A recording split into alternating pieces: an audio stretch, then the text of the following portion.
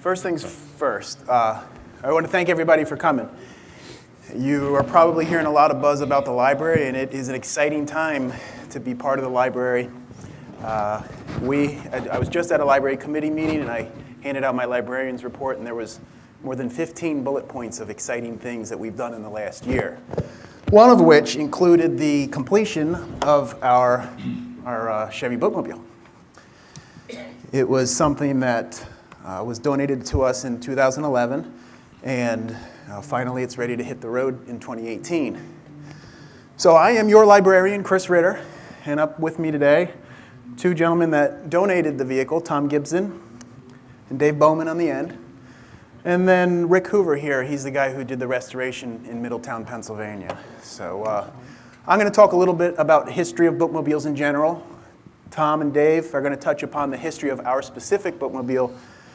And then we're going to go through some photos of our first impressions of the truck and restoration photos along the way. Rick may make some comments at that time. Otherwise, we'll just open it up to a Q&A. You can ask Rick any question you'd like about the whole restoration process, what challenged him the most. Anything you can think of, you can throw Rick's way, because he loves presentations and he loves to sit up here and talk. So we're going to start with a quote, because that pretty much sums up what we're trying to do. We don't wait for the man to come to the book, we take the book to the man. And that was attributed to Mary Titcomb from the Washington County Library way back in 1903. That was the year that the first bookmobile was introduced, and as you can see, it was not a mechanized bookmobile, it was a horse-drawn carriage.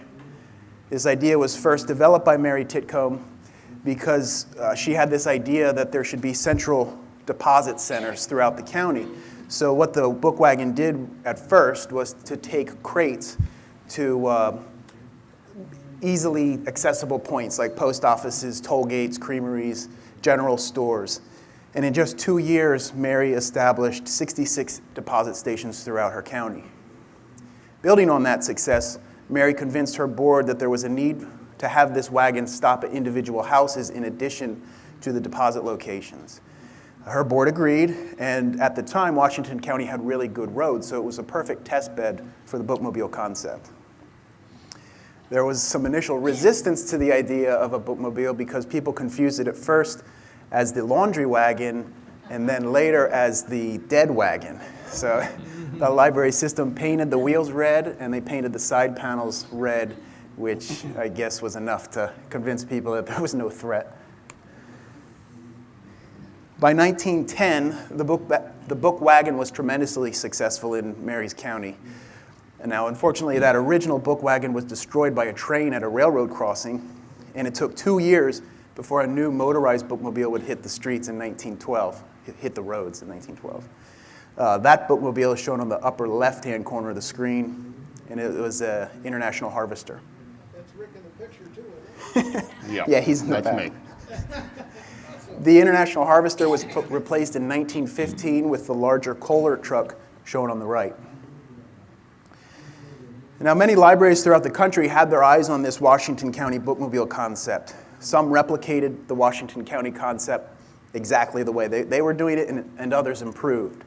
In 1918, Hibbing, Minnesota called itself the richest village in the world, and they purchased a truck large enough for 1,000 books and 6 people.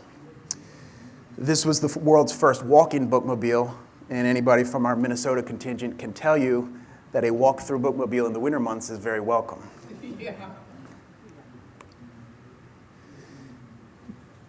By 1930, there were more than 60 bookmobiles throughout the United States. While the walk-through bookmobile was getting a foothold, most of the bookmobiles in service still ran on a light truck chassis, and they were the side that had a side panel and maybe a central walk-through area in the back of the truck.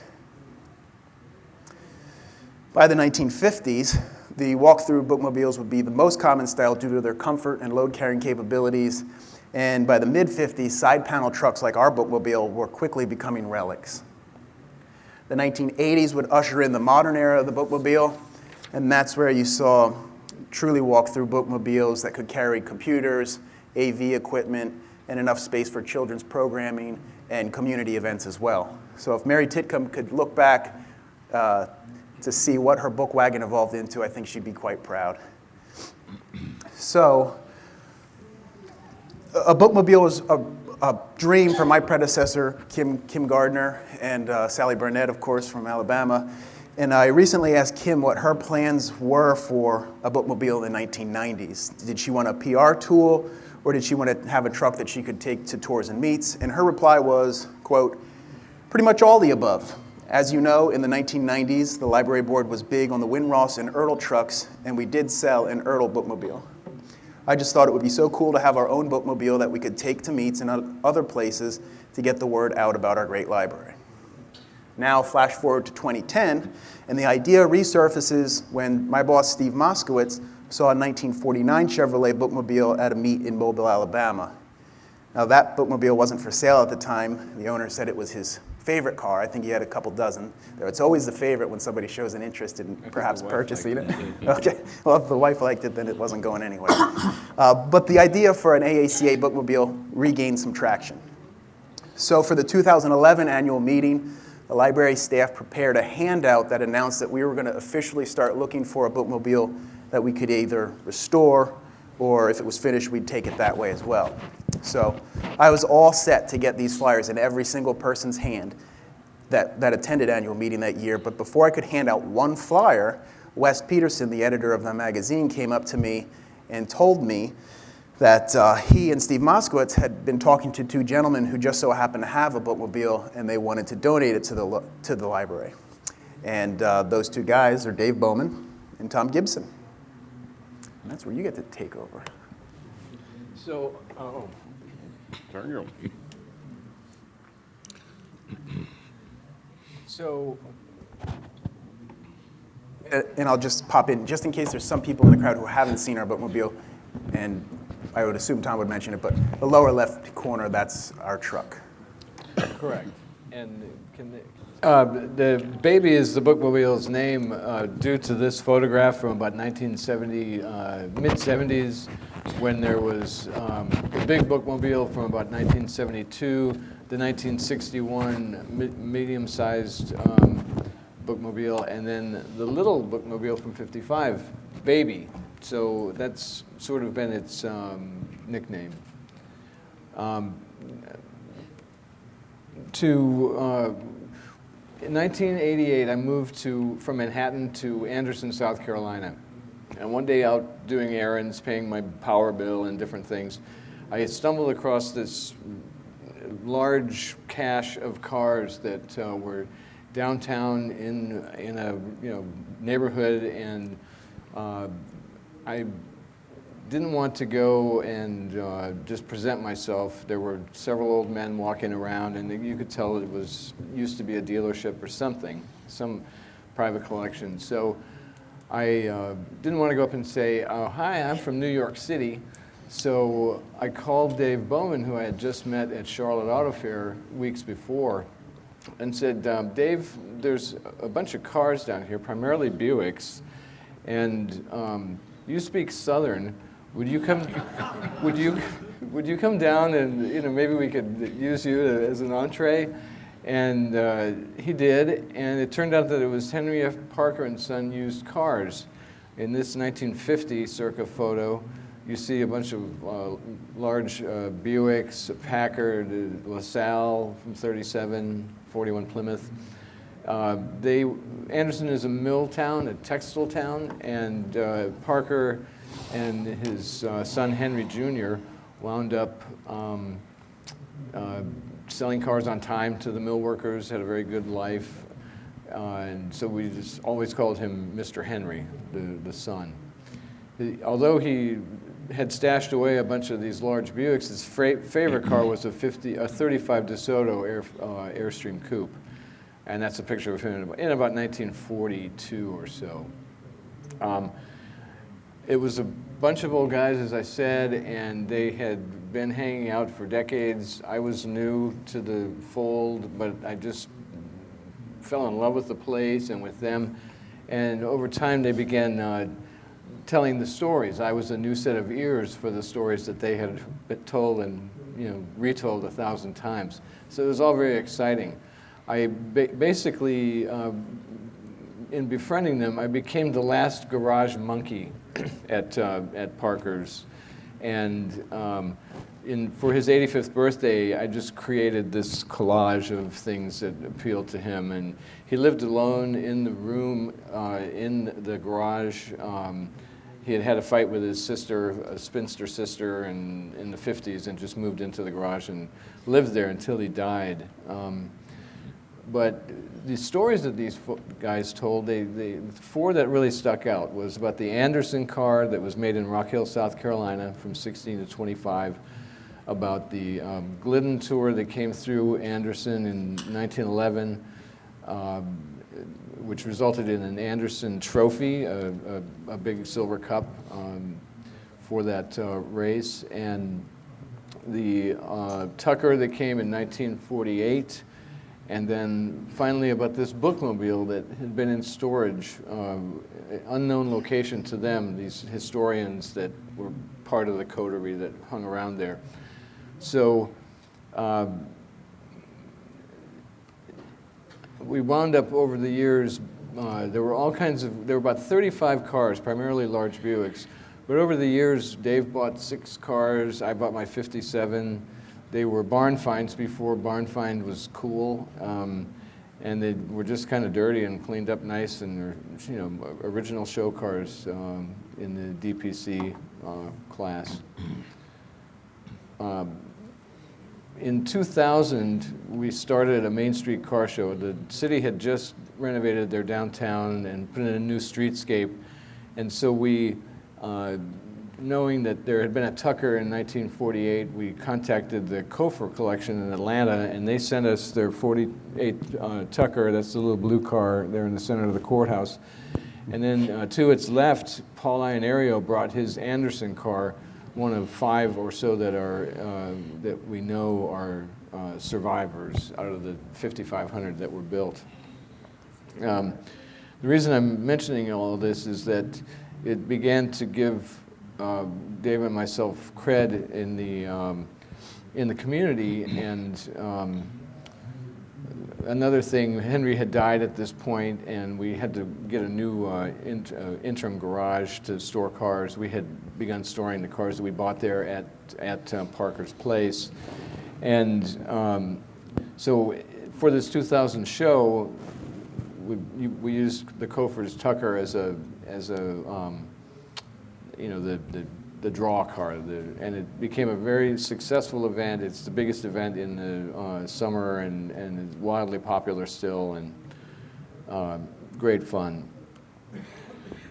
The Anderson car was an offshoot of the Rock Hill Buggy Company that started in 1886 in Rock Hill, South Carolina, just south of Charlotte. In 1892, it was the formerly the Rock Hill Buggy Company, and then by 1910s they were building Ford Model T truck bodies, and in 1916 began the Anderson car through 1965. 1925. Their tagline was a little higher in price, but built in Dixie. And although they were $2,500 cars, they were competing against Model Ts for hundreds, and it just never really, eventually 25 they closed. Third garage that we got is a 1925 Overland dealership, and it was later Cadillac Olds, and then Buick, and then foreign cars, and then storage for a repair shop that was next door. There's a showroom in the foreground there. The trifold doors in the upper center are still there. They're upstairs happily in the renovation. They were saved, so it can be restored. But when there's a ramp that goes up to mezzanine level offices and unfettered storage up above on the second floor.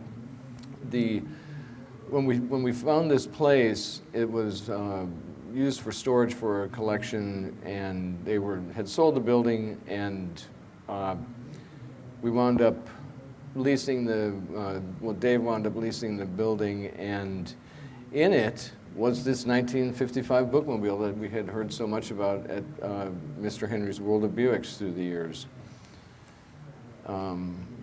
This was after we had moved in. I couldn't find the original shot that I took of it, but there was one of those big truck cappers on it, and it looked kind of dorky with all the stuff piled on top of it. But I began to study this Rock Hill Body Company and their slogan, "Built to Endure." If you notice, it's serial number 7132. That'll come into play in a second. So we found it, and it had been stored since 1991, taken off the road, and put in this building. And about a couple years later, I wound up research on the Glidden Tour and the Anderson Trophy led to our community getting the Anderson Trophy back. That's that big silver, 23 pounds of silver punch bowl in the center there at the ceremony when AAA in our city decided to do a rotational tour with it. It comes to Anderson's museum for 2 years and then goes to AAA in Florida to their headquarters. The 1911 Glidden Tour went through Charlotte and Anderson, spent the night in Anderson. That lower left is our square and our historic courthouse. The lower right is where Governor Hope Smith of Georgia actually won that trophy driving a Maxwell, and that's at Maxwell's headquarters in New York. Reason I mention this also is it led to better name recognition in the community.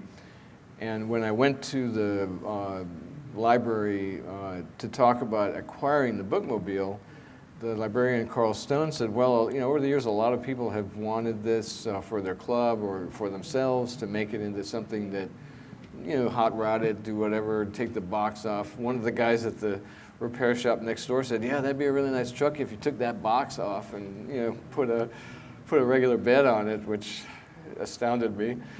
But so I gave a letter of intent that I was going to keep it as a bookmobile, get it up and running, take it to shows, throw some books in it. That never happened, fortunately for everyone. The Rock Hill Body Company started building bookmobiles about the time that the WPA, 1935 or so, got involved, the Works Progress Administration.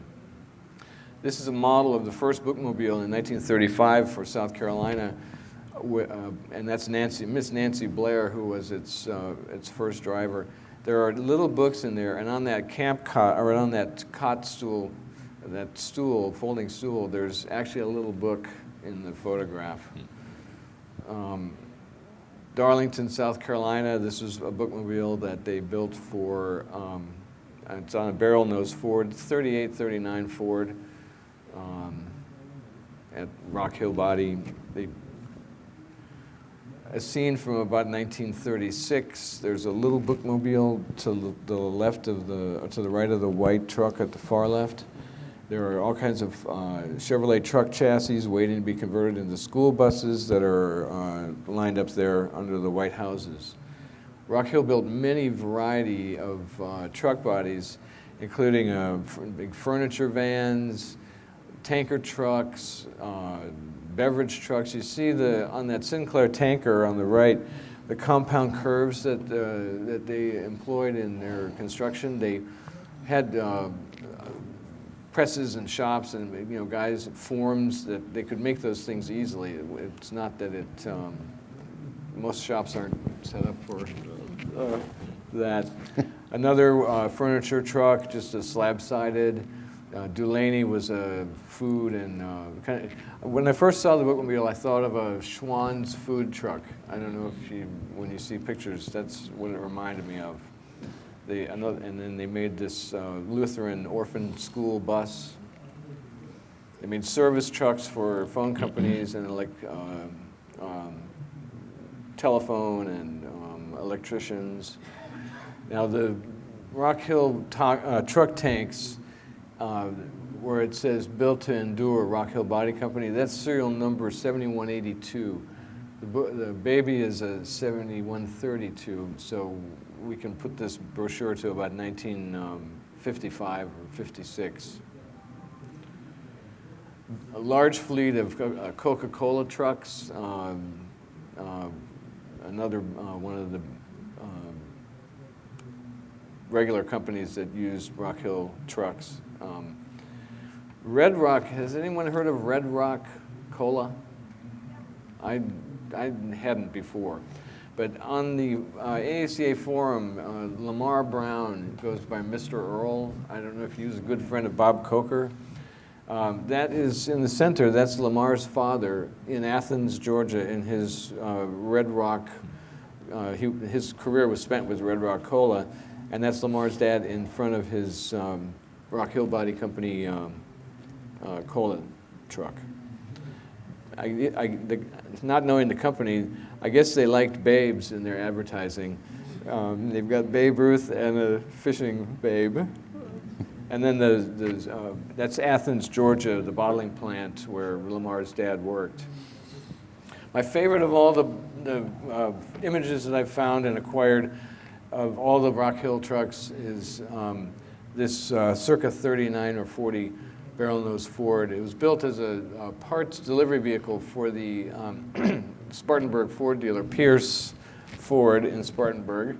And it's just, I love the lines, I love the V8. There's beautiful shelving in there for when they would take the parts to the jobbers. The woodworking section in 1940, there were different sections in the factory. Although it was a small two-story factory, it was very, they were very capable of, was there wood, Rick, in the? Quite a bit. I thought so. So you can see where they were, a few years later, that's where it came from.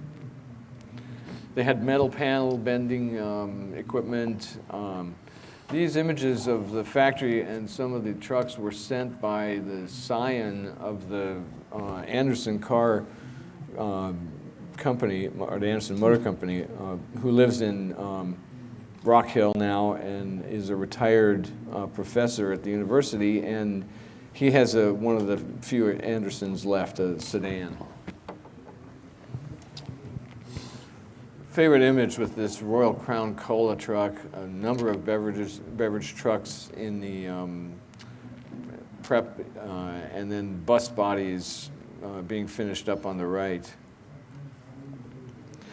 So in May 1955, the Anderson Public Library System ordered a new Chevrolet 3500 3/4-ton chassis cab unit on the 123-inch wheelbase powered by the Thriftmaster 6. It was sent to Rock Hill to have the book box put on and delivered some months later. I've never been able to find a photo of its delivery. I've searched and searched and searched in the newspaper archives, and I mean every day through that period, and I just cannot find anything. But like Chris said, walk-through bookmobiles were by then the norm, and Baby was pretty much obsolete from the moment she was built, and still performed rural duties, and a much larger walk-through unit arrived in '58, and Baby was relegated to inter-branch book deliveries and service for the Negro Library, which we had in the South at that time until the early '60s. Taken off the road in '91 and placed in long-term storage, where Dave and I found her in 2004. The former dealership is where she was, and I went through the process of her acquisition. We didn't get titles in South Carolina until 1958, so there was, and as a city and then county vehicle, there was no paper trail except for a 1968 registration in the glove box, and that way it was 50-50. I don't know if that's a... Good time to find out. Yeah, we'll find out. Good time to find out. Sure. But, and then there was a process, and the laws for getting vehicles titled are changed constantly, but it was fairly simple at that point. But a search in DMV microfilm in Columbia, the capital, found a record from 1958 of the bookmobile belonging to the library. So it worked out. In 2010, we were showing the 56 Lincoln that we brought to the next year to the trade show here. But I was polishing the chrome on the bumper, front bumper, right about 9:30, and the shadow loomed in front of me. And I looked up, and it was, and I said, "Are you Chuck Jordan?" And he said, "Yes." And the longtime GM designer, retired VP of GM design. I knew that the 55 Second Series Chevrolet truck was his first design job for the company, and we walked around. I had also mentioned that I had missed his seminar the night before, where he did at Meadowbrook, where he did a comment on his career and his impressions of design and all that. So he loved the 56 Lincoln. We walked around it, and he talked about how much he enjoyed the rear end of the car and the smooth flanks compared to what GM was doing at the time. And I mentioned that I had this 55 Chevy Bookmobile. And he told me that as a young man growing up in a farming community in rural Northern California, that he had always thought, well, why couldn't trucks have style and panache? You know, why is it always the cars? So when he got on board with GM, that was his first commission, and it was a stellar success. So much so that that it's instantly recognizable now. When a 6-year-old friend came over with his grandparents and father, and the family made a visit to our garage, little Grace Stevenson looked up at the bookmobile, because he was just small for his age even, but he looked up and he said, "Well, that looks just like Tow Mater from the Disney movie." And the appeal, the reason I say that is because it just left an impression. The appeal of this vehicle, it's going to grab kids, it's going to grab everybody's interest, I think. So that turquoise Lincoln we brought the next year to the trade show here, and that's where Chris had just put out the wanted bookmobile flyers, and this, Chris, is that same bookmobile from that's the 49 that's owned by the guy in Mobile. Really cool vehicle, and a dream to have, but I think we're good with the one we got. Yeah, we're committed now. Yeah, in more ways. So, Dave, I had hip surgery at that point. Both of my hips were replaced in August and December of 2010. So in the spring, after the donation was made, we had to get we had to get baby downstairs, down that ramp, and she hadn't been driven in 20-some years. So it was left to Dave to do the work, and there he is doing the rear brakes, which were really a bear. The whole thing was, and I couldn't help it all because I'd had this surgery and I couldn't lift a cat, much less any, tires and whatnot. There was a lot of cussing going on, and I said, "Dave, don't swear in front of baby, come on." But he can tell you a little bit more about what. Yeah, it was real interesting because when the donation was made here at the annual meet, Steve Moskowitz had indicated he would like to come down for the Spring Auto Fair the first week in April and bring a trailer and pick it up. So I had a definite timetable that I had to get the bookmobile running and brakes and safe to get down that ramp. Fortunately, I had already pulled the gas tank, had it cleaned out, sealed, and but it wasn't reinstalled. So that was the first goal, was to put that on. I knew it had no brakes, so I had to go through the brake system, not a restoration level, but new rubbers from the master cylinder through to all the wheels. And thank goodness I had the correct tools already to remove the floating axles to be able to get the rear brake drums off. I think when we started checking it out, trying to get the engine running, I knew I had a fuel problem. No gas was getting up to the carburetor. It would fire, dribbling gas in the carburetor. And I had a couple of aftermarket 41 Chevrolet fuel pumps and realized real quick, hey, if I take it apart and reclock it, it's the same as the 55 fuel pump. Put that on and fresh battery, it fired right up. Sounded good and smooth, and brakes felt good and firm, and that was all finished, I would say, about just a week before Steve was coming to pick it up. And when he arrived with the trailer, it was parked about 2 blocks away from the building, and Tom drives it down the ramp. The picture on the far left is, on the right, is the truck getting ready to descend the ramp for the first time in probably 15, possibly 20 years. And I got to drive it. And Tom got to drive it. I never got to drive it. So maybe after it's restored, I could drive it at some point.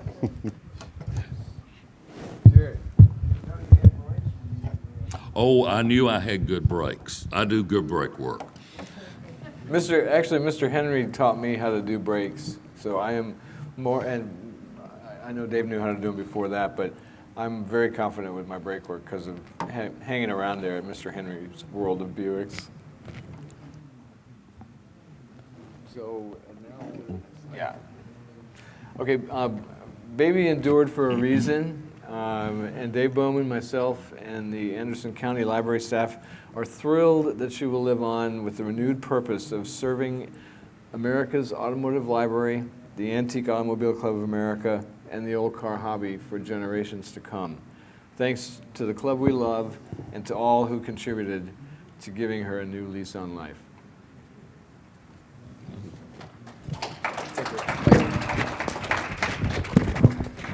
Yeah, and we'll forever be thanking Tom and Dave for this donation. But as Dave referenced, we went down and picked this truck up, Charlotte Auto Fair in 2011, and these are the 2 pictures that were sent back to me because I did not go down. So my first impression as a naive librarian who didn't even own an old car at the time was, we better get our programs and schedule ready because we're going to be hitting the road real soon. You see the Haggerty kids, they were excited about it too. There was a different first impression for Rick once we got the truck back, and I don't think there were any surprises, but it was a work truck that was used heavily for almost 40 years. I'm going to scroll through these first impression pictures. These were taken, I believe, the day that it showed up at the shop. Rick will talk about this roof a little bit later. It definitely hid some things. Usual rust spots.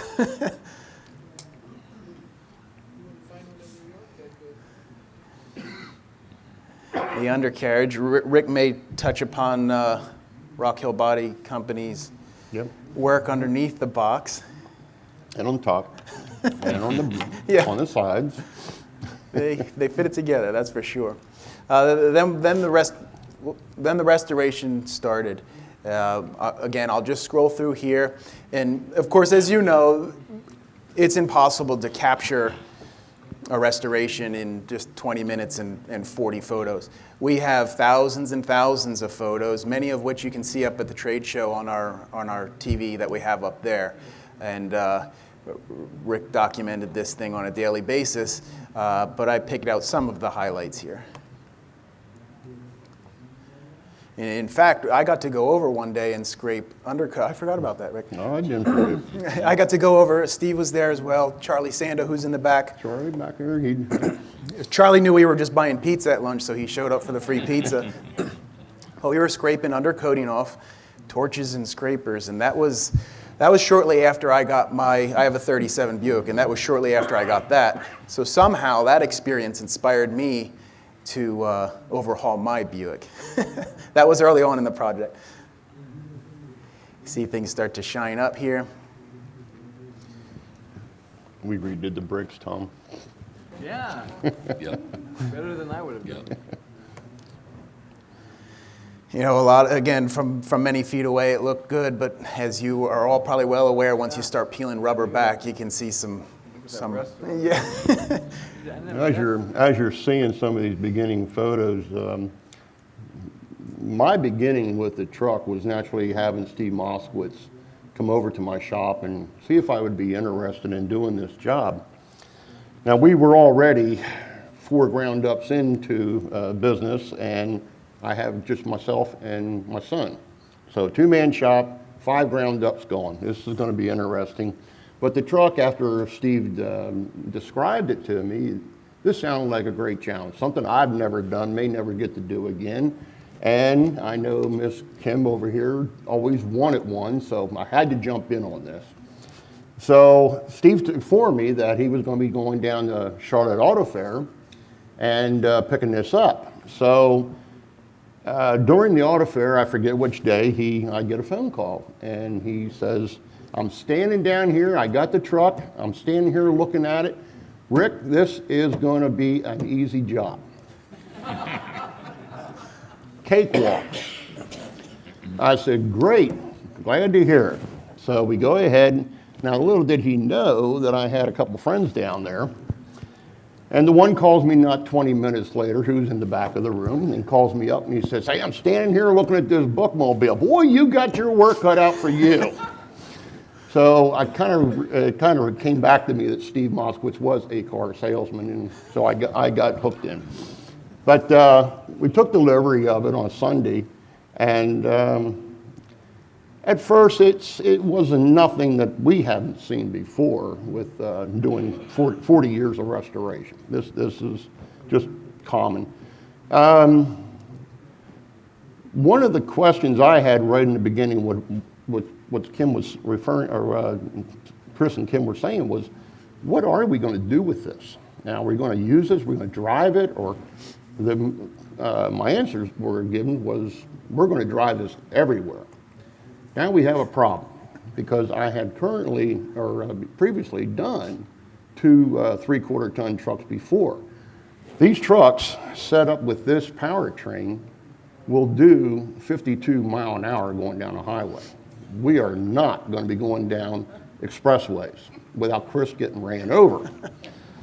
So I knew what we had to do, and I was fortunate in the past to come up with high-speed gears for those other trucks, and they would comfortably do 65 mile an hour at half throttle on a 235, 216 engine, pretty much the same engine. So I thought we had that covered. The problem came with that was the fellow that I was buying those rear ends, gears setups for, were custom made. He was killed in an auto accident, and there are no longer any more gears. So we went on a search during the restoration. I think we probably 2, maybe even 3 years trying to find somebody that could make a high-speed rear or a 390 ring and pinion like we had previously.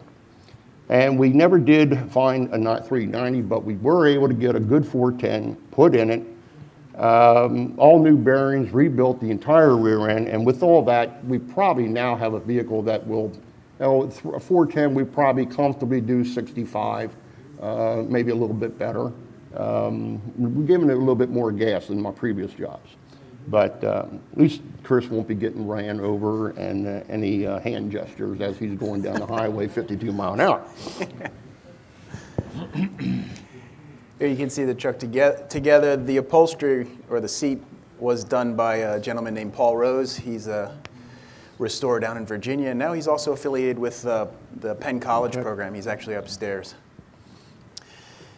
And now you can see, we have a couple pictures here on the book box, and I think, Rick, it's fair to say that this was probably one of the box itself was probably the most challenging part of the whole restoration. Well, you know, I had to laugh here when it was said about built to endure. Yeah, the box was definitely a challenge. I'm still convinced to this day this particular design may have been a one-off body. When we got into it, we found major rust issues, and it is a sheet metal on wood framing. Now, I've done a lot of early cars with wood framing bodies, and this doesn't resemble anything like this. This, they started out with metal, hid the wood, put more metal, more wood, more metal. So we were running into, especially starting out with the exterior lift doors for the outside compartments.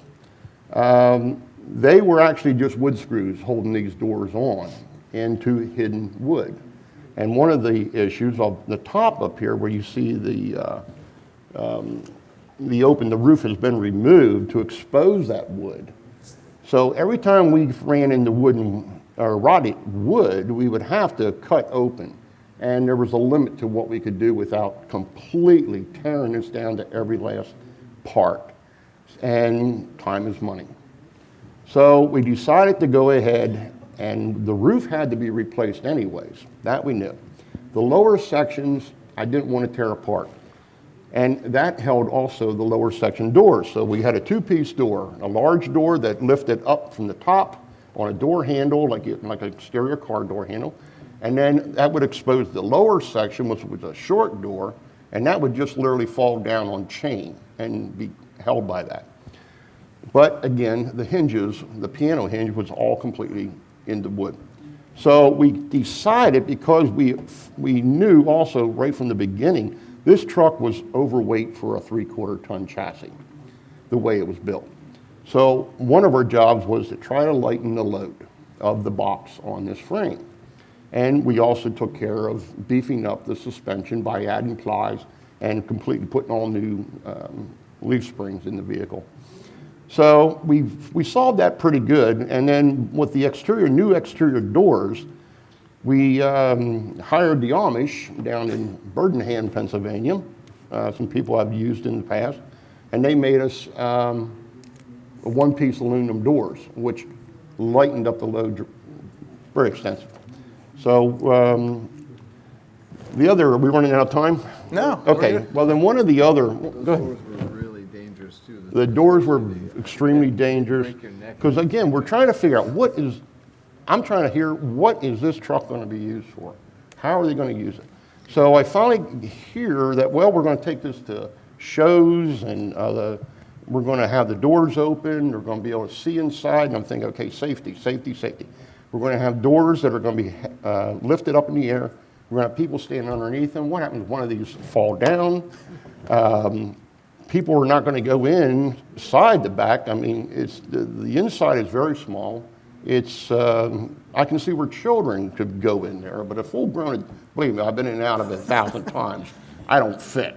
So, but anyways, we have it all completely put back to like original, even with the aluminum one-piece doors on the outside. Steve kept telling me, I have to have this look just like it did when it was new. So we duplicated the door to make it look like a two-piece door. And I think that came out pretty good. But I kept wanting to know, what are we doing with this? What's the club going to do? To me, it just looked like it was going to be a stagnant display. Now, a great PR tool, I agree with that.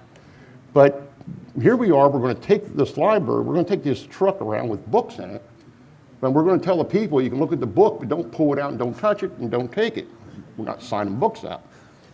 So I thought, okay, let's use this as an educational tool of some sort, where we took two of the exterior compartments and we gutted them of the shelves, and we put 32-inch televisions in it, where one would be just a DVD player, where I know Chris and the gang have a lot of the film, the old film, converted over to DVDs.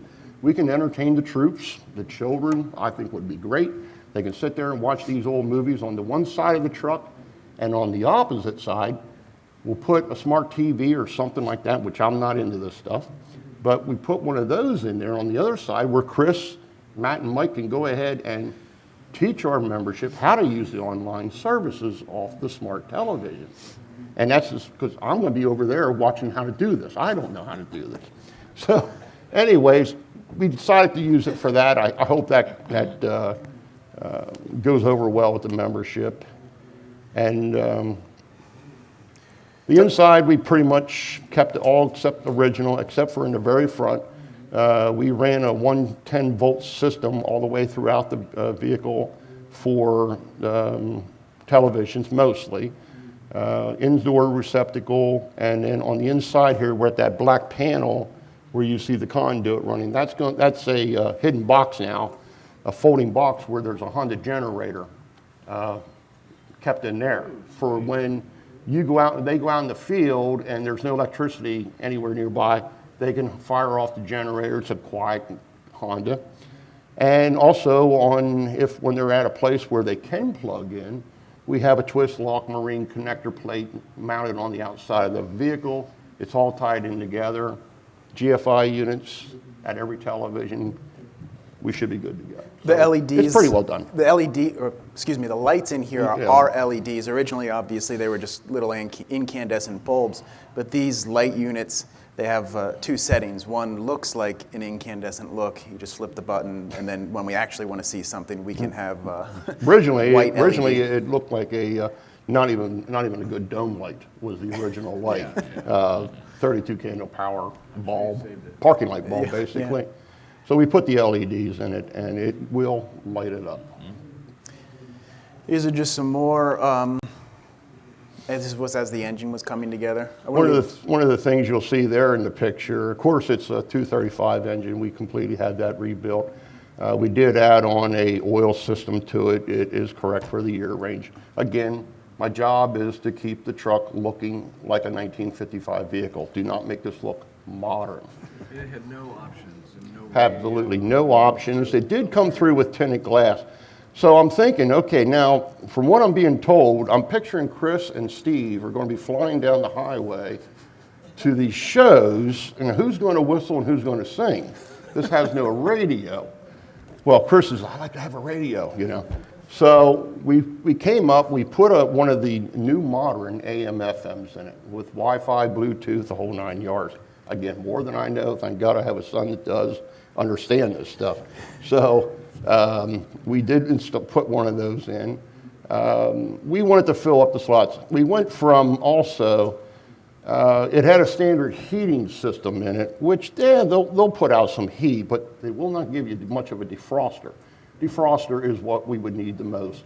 So picked up a deluxe heater unit. I restored all that, and we put a deluxe heater. Now we have a 3-speed fan with heavy defrosting.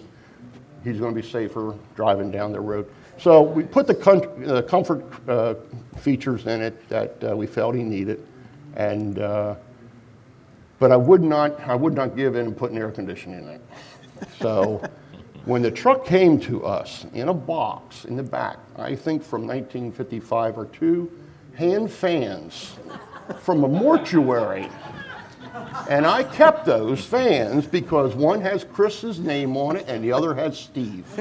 When they go down the road, that's how they can cool themselves off. Yeah.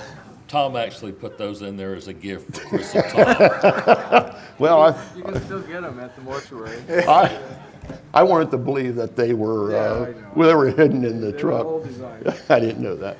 This shot also shows you what Rick was talking about, how the original side panel doors were a 2-piece unit, so he put that bead on there to have it that original look. So when it's closed, it looks 100% authentic. I still want to have some time for questions, so we'll just quickly go through here. So this is how we received the truck. And the next pictures you're going to see, you're the first people outside of the committee and board to see these because they were taken on Monday. This restoration just wrapped up on Monday. And there you can see the truck. You'll notice that you can see it on this picture a little bit better, but all of the lettering has, what's that called, a drop shadow? The blue. Sounds good. I don't do it. The blue drop shadow, I mean, it really makes the lettering Which come we didn't to life. even really know that it had the blue shadow until we really got, when it came, all we could really see was the black Bookmobile, which was really faded out bad. And So we dug into it and we found that it had this blue-gray shading to it. So we matched it pretty good. In fact, my pinstriper and letter guy, he said, well, what are we going to use? What shade of blue? We were standing in my office at my computer trying to figure this all out, and we looked up and he said, well, what about the color of your office? Dead on. I said, that's what we're using for. So that's how we came up with that. And then, so this was the desk in the Bookmobile. This is in the center door in the back. And then we want to obviously acknowledge the donation from Tom and Dave. When the desk is in use, naturally that flips down so a librarian could write on it. Yeah. I would have been happy just with a small plaque. So how are we going to use the Bookmobile? Exactly the way it was envisioned. Granted, it's going to be at its fair share of AACA events, meets, tours, annual meeting. Well, not annual meeting. We couldn't get it in here. We wanted it on site, but we couldn't get it in because it's too tall to fit in the parking garage. In hindsight, with the Super Bowl parade, that was all fine anyway. We wouldn't have want to had that down here. Even with the road saw, you would want it out anyway. Well, we would have trailered it down. At any rate, it's not just going to attend AACA events because we see this as an ambassador to the old car hobby. So it's going to go to schools. It's going to go to public libraries. We have stuff lined up with the Children's Hospital in Hershey. We want to take it anywhere people want it. And everywhere it goes, we know there's going to be a discussion about old cars, AACA, and the importance of preserving history. So books, yeah. The cool thing is, if we go to a Corvette show, we load it up with Corvette material. If we go to, you name the mark, we load this truck up. It's small enough that we can do that. We load it up with, topic appropriate material. This is the tentative schedule for 2018. This first year, we're going to staff it with library staff, so things are relatively local.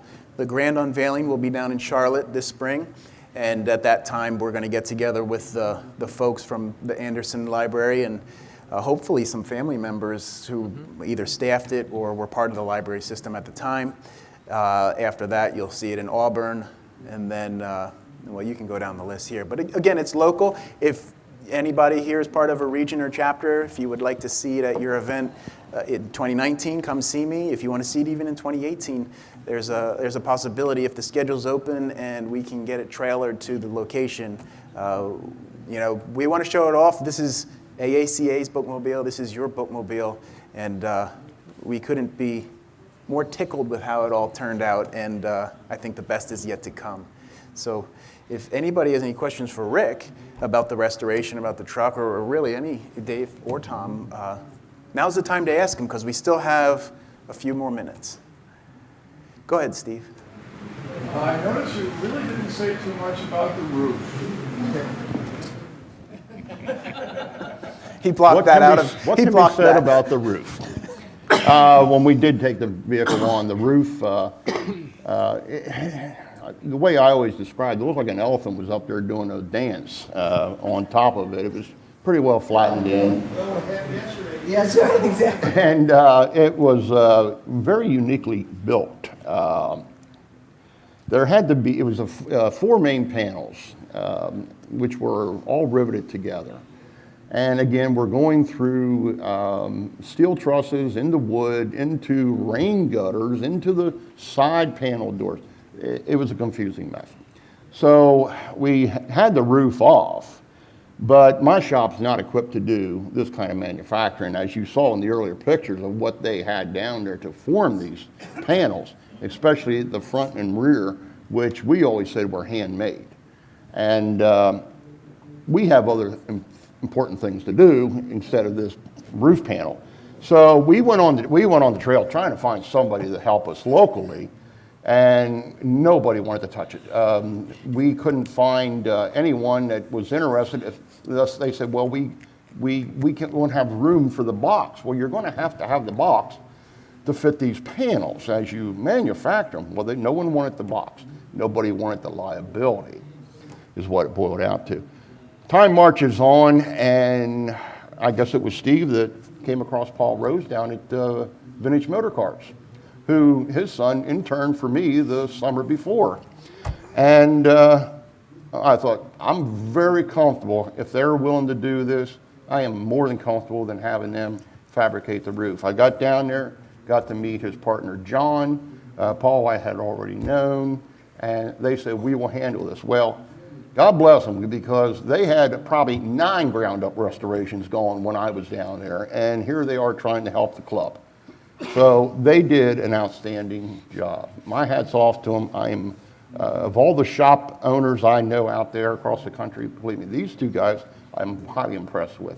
I like their attitudes, I like their work, and they did very well. So, yeah, they did a good job on that roof for us. Any other questions? How many miles are on that truck? Right now, Points. 0.4 tenths of a mile. And before you started fixing it? Oh, before fixing it? Yeah. I think it was 56,000. Yeah, it wasn't many.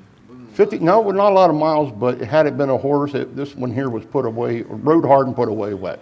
It definitely, you know, and then this is not against Tom and Dave for the donation. Believe me, we got a really nice truck. And it was just common stuff. It was a Chevy for one thing. I built a lot of Chevys. They rust. And the box was so unique. There was really no game plan. You just had to start at the beginning and work your way through it, you know, to get the box completed. What? Chassis okay? The chassis, the frame itself? Yes, frame was as true as can be. The pitting was minimal, but you know, it was good. We completely redid it. Every last nut and bolt in this truck has been replaced or gone over. Sorry to say, I know the guys were saying about their brake job. I wiped that out and put my own in. Well, yeah. I mean, that was just Sorry, there was nothing wrong with it, you know. just to get it done. But, you know, done around. I do ground up restorations, and They were I'm not a sleeved, general right? mechanic. You did sleeved. We had them brass sleeved. Yeah. We had them brass sleeved, and they failed while I was sitting there. And I don't believe in brass sleeve. I like stainless steel sleeving. I've been doing that for 30-some years. We got rid of even that brass sleeving, which I'll give you a credit for on later on. But anyway, we went back to standard wheel cylinders, and this will hold up much better. One thing I forgot to mention is that Rock Hill Body Company existed until about the mid-1980s. There's a brochure that shows mid-80s beverage trucks, but it was from 26 on at the closing of the Anderson Motor Company to the mid-80s. But the prime movers and prime time was 30s, 40s, and mid-50s. All right, well, if there's no other questions, again, thank you for coming. We hope that you get to see the Bookmobile in person very soon, and we are eager and happy that it's part of AACA, and we look forward to having it hit the road. So thank you, and to see more pictures, check us out at our trade show table upstairs. Thanks.